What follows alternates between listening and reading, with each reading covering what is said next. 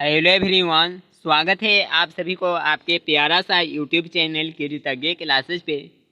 सो बच्चों, कैसे हो आप सब? उम्मीद करता हूँ कि आप लोग एकदम मस्त होंगे। तो आज हम लोग लेकर आ गए हैं 10th क्लास हिंदी के काव्यखंड का 6 नंबर चैप्टर। देखिए 5 नंबर चैप्टर तक पढ़ाई है जो कि हो गया है, और गद्यखंड में 6 नंबर चैप्टर तक पढ़ाई हो गया है। यदि आप उसे नहीं देखोगे तो सभी वीडियो है जो कि आपको प्लेलिस्ट में मिल जाएगा, वहाँ से देख लीजिएगा। नीचे डिस्क्रिप्शन में भी प्लेलिस्ट का लिंक दिया गया है। तो आज करने वाले हैं जनतंत्र के जन्म के सब्जेक्टिव क्वेश्चन को। जितना भी पाठ का प्रश्न उत्तर है उसे यहाँ पे डिटेल्स में करेंगे और सिंपल सा एकदम बिहारी लैंग्वेज में समझेंगे। एक बार देखने के बाद आपको डाउट नहीं रहने वाला है। तो आप सभी इसे अंत तक जरूर देखिएगा और जल्द से इसे अपने दोस्तों के पास शेयर कर दीजिए। चलिए शेयर कर दीजिए और वीडियो को लाइक कर दीजिएगा, और चैनल पे पहली बार आए होंगे तो चैनल को सब्सक्राइब भी कर लीजिएगा। स्टार्ट करते हैं। फर्स्ट क्वेश्चन है, और यहाँ पे देखिए आपको साउंड में थोड़ा सा प्रॉब्लम भी दिख सकता है, क्योंकि देखिए यहाँ अभी दुर्गा पूजा को लेकर के बगल में बजा उजा बज रहा है, तो इसीलिए साइड में थोड़ा देखिए वॉइस में थोड़ा सा प्रॉब्लम सुनाई दे सकता है। शुरू करते हैं, आप लोग इसे मेंटेन कर लीजिएगा। फर्स्ट क्वेश्चन है, कवि की दृष्टि में समय के रथ को घर घर नाद क्या है, स्पष्ट करे। आप लोग इसके हिंदी अर्थ को देखे होंगे, भावार्थ को, इसमें आपको डाउट नहीं होगा। चलिए देखते हैं। फर्स्ट क्वेश्चन कहा है कि कवि की दृष्टि में समय के रथ को घर घर नाद क्या है, स्पष्ट करे। देखिए कवि स्वाधीन भारत की पराकाष्ठा को मजबूत बनाना चाहते हैं। बदलते समय में भारत का स्वरूप भी बदल रहा है। बिल्कुल, अभी जैसे जैसे समय बदला तो भारत का स्वरूप है जो कि बदल रहा है। आज राजा नहीं प्रजा सिंहासन पर आरूढ़ हो रही है। असीम वेदना सहने वाली जनता आज जयघोष कर रही है। देश का बागडोर राजा के हाथ में नहीं जनता के हाथ में हो रही है। यह उस समय का, जिस समय का यह कविता है, जनतंत्र का जन्म बता रही कि देश का बागडोर है जो कि राजा के हाथ में नहीं जनता के हाथ में हो रही। लेकिन अभी वर्तमान की बात करें तो पूरा स्थिति खराब है। देखिए जनता का तो कुछ हो ही नहीं रहा है। जितना यहाँ पे ये पार्टी वो पार्टी तो यही चल रहा है। अभी वर्तमान की बात करें तो वर्तमान में नहीं ज़्यादा जाना है राजनीति में, हम लोग को यहाँ पे हिंदी पढ़ते हैं। देखिए आज उसका हुंकार सर्वत्र सुनाई पड़ती है। राजनेताओं के सिर पर राज मुकुट नहीं है। आई होप समझ गए होंगे आप सभी, समझ गए, कोई डाउट नहीं है। और इसका PDF आपको टेलीग्राम पे दे दिया जाएगा। अगला क्वेश्चन देखते हैं। सेकेंड क्वेश्चन है, कविता के आरंभ में कवि भारतीय जनता का वर्णन किस रूप में करता है। कविता के प्रारंभ की बात किया है, इसमें कवि जनतंत्र के जन्म के कवि हैं। कौन है जनतंत्र के जन्म के कवि, आप सभी कमेंट में बताइएगा। और आपको याद नहीं है तो इसका याद करने का ट्रिक बनाया गया है, आपको प्लेलिस्ट में वीडियो मिल जाएगा, वहाँ से इसके याद करने का ट्रिक भी आप लोग देख लीजिएगा। मात्र 2 सेकेंड में आप बता दीजिए कौन सा पाठ है जो कि किस लेखक के द्वारा लिखा गया है, तो उसे आप लोग देख लीजिए। जनतंत्र के जन्म के लेखक कौन है, तो रामधारी सिंह दिनकर।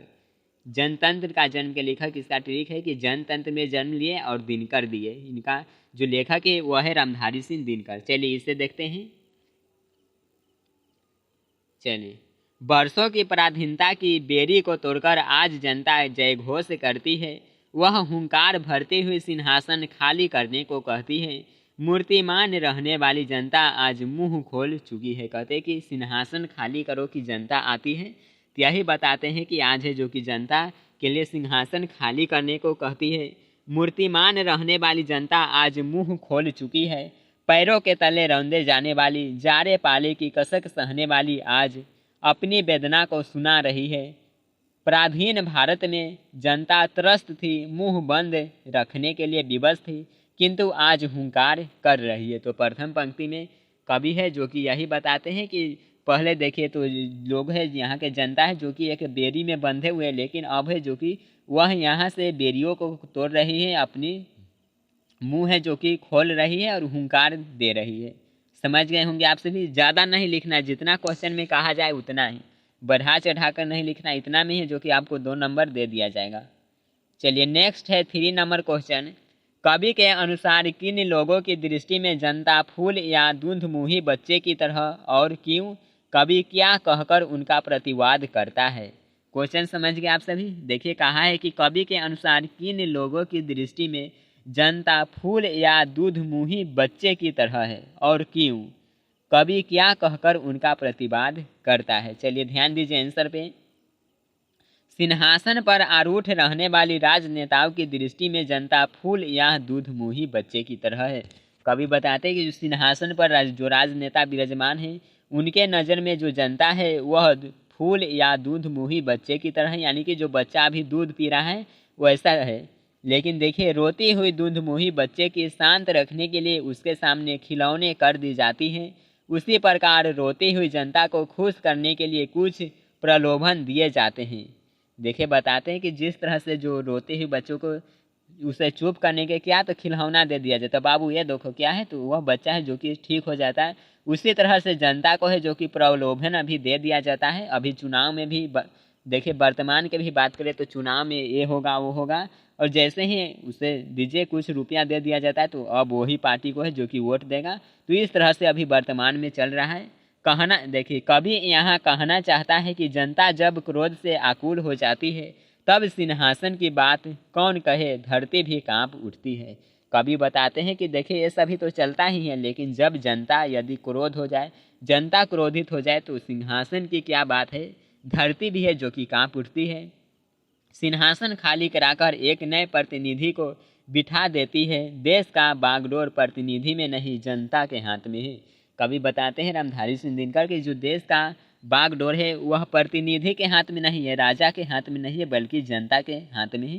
जिसे जो कि यहाँ के राजा है, यहाँ के जो भी है, उसे समझना आवश्यक है। चलिए अगला क्वेश्चन पे ध्यान देते हैं। चलिए नेक्स्ट है 4 नंबर क्वेश्चन। कवि जनता के स्वप्न की किस तरह चित्र खींचता है। कवि जनता के स्वप्न की जो कि किस तरह से चित्र प्रस्तुत करते हैं, देखिए। स्वाधीन भारत की नींव जनता है, गणतंत्र जनतंत्र पर निर्भर है। बताते हैं कि जो स्वाधीन भारत है इसका नींव है वह जनता ही है, और जो गणतंत्र है वह जनतंत्र यानी कि जनता पर ही निर्भर है।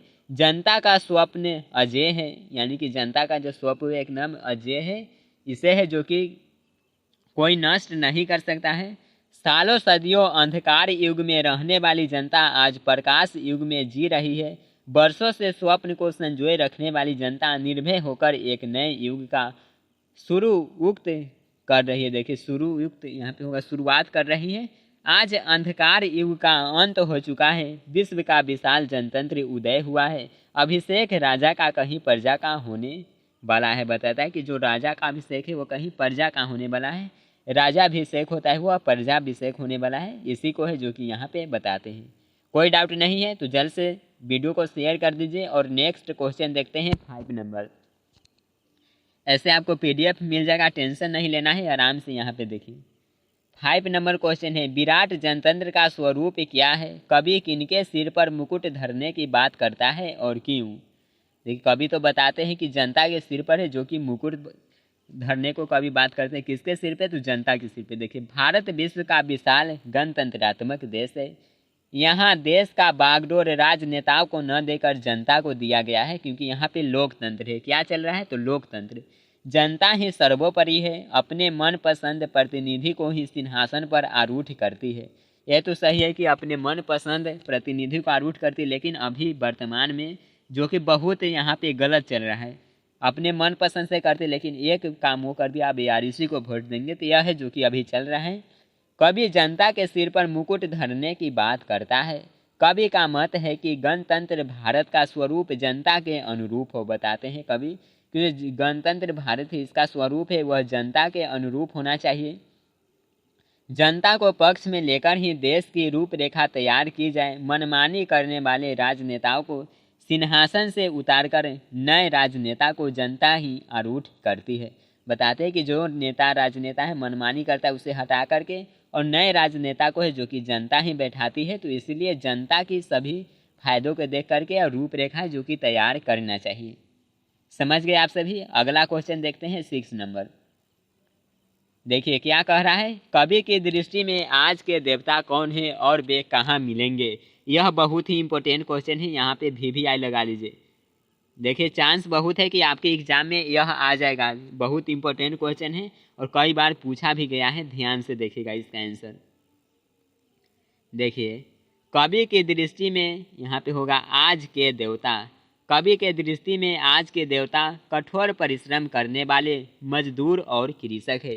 रामधारी सिंह दिनकर बताते हैं कि जो आज के देवता है वह कौन है, तो जो यहाँ पे परिश्रम कर रहा है वो मजदूर है और कृषक है। वे पत्थर तोड़ते हुए या खेत खलिहानों में काम करते हुए मिलेंगे। देखिए कहा है कि कवि के दृष्टि में आज के देवता कौन है, तो आज के जो देवता है वह किसान और मजदूर है, यानी कि मजदूर और कृषक है। और बताते हैं कि ये कहाँ मिलेंगे, तो ये मिलेंगे देखिए वे पत्थर तोड़ते हुए या खेत खलिहानों में काम करते हुए मिलेंगे। भारत की आत्मा गांवों में बसती है, किसान ही भारत के मेरुदंड है।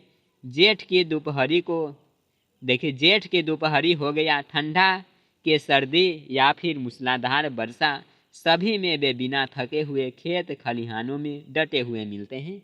और यह बहुत इंपॉर्टेंट है। देखिए जेठ आषाढ़ सावन भाद्र, यह जो कि हिंदी महीना है, आप लोग जानते ही होंगे इसे, जेठ आषाढ़ सावन भादो, इस तरह से यह जो कि महीना होता है।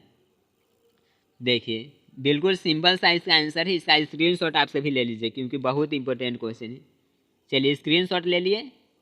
चलिए तो देखते हैं अगला 7 नंबर क्वेश्चन है, कविता का मूल भाव क्या है, संक्षेप में स्पष्ट करें। देखिए इस कविता की यहाँ पे सारांश प्रस्तुत करने के लिए कहा है, कविता का मूल भाव बताना है।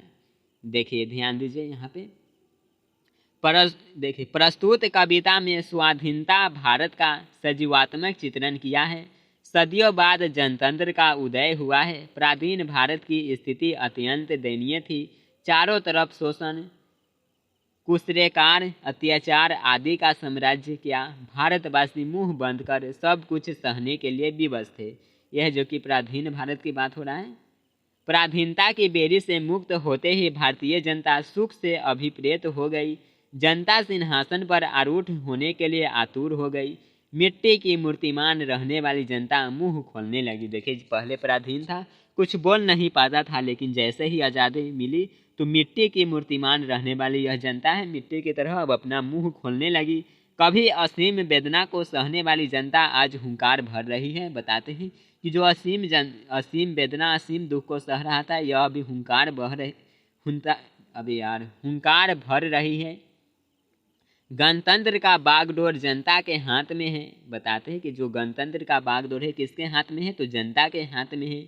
मिट्टी तोड़ने वाले, खेत खलिहानों में काम करने वाले जय घोष कर रहे हैं। आज फावड़ा और हल राजदंड बना हुआ है।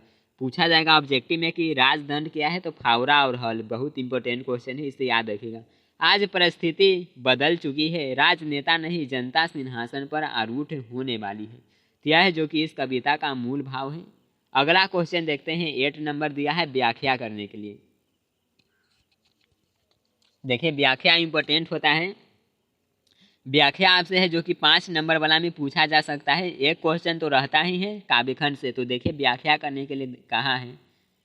कौन नंबर है, सदियों की ठंडी बुझी आग, अभी यार, सदियों की ठंडी बुझी राख सुगबुगा उठी, मिट्टी सोने की ताज पहन इठलाती है। और उसके बाद ख में है, हुंकारों के मंजिलों की नींव उखड़ जाती, सांसों के बल से ताप हवा में उड़ता है, जनता की रोके राह समय में ताव कहाँ, वह जिधर चाहती काल उधर ही मुड़ती है। तो यह है जो कि क और ख, इसका व्याख्या करना है।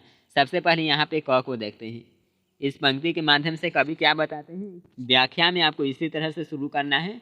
प्रस्तुत पंक्तियाँ रामधारी सिंह दिनकर द्वारा रचित जनतंत्र का जन्म शीर्षक कविता से संकलित है। इसमें कवि स्वाधीन भारत की रूपरेखा को सजीवात्मक रूप से प्रदर्शित किया है। कवि की अभिव्यक्ति है कि स्वाधीनता मिलते ही भारत में जनतंत्र का उदय हो गया है। बुझी हुई राख धीरे धीरे सुलगने लगी है। सोने का ताज पहनकर भारत आज इठला रहा है। बरसों से त्रस्त जनता हुंकार भर रही है। सिंपल सा है। चलिए अगला देखते हैं ख नंबर का व्याख्या। यहाँ पे ज़्यादा डिटेल्स में नहीं बात करनी क्योंकि टाइम ज़्यादा लग जाएगा। ख नंबर देखिए, प्रस्तुत पंक्तियाँ उत्तर छायावाद के प्रखर कवि रामधारी सिंह दिनकर द्वारा रचित जनतंत्र का जन्म शीर्षक कविता से संकलित है।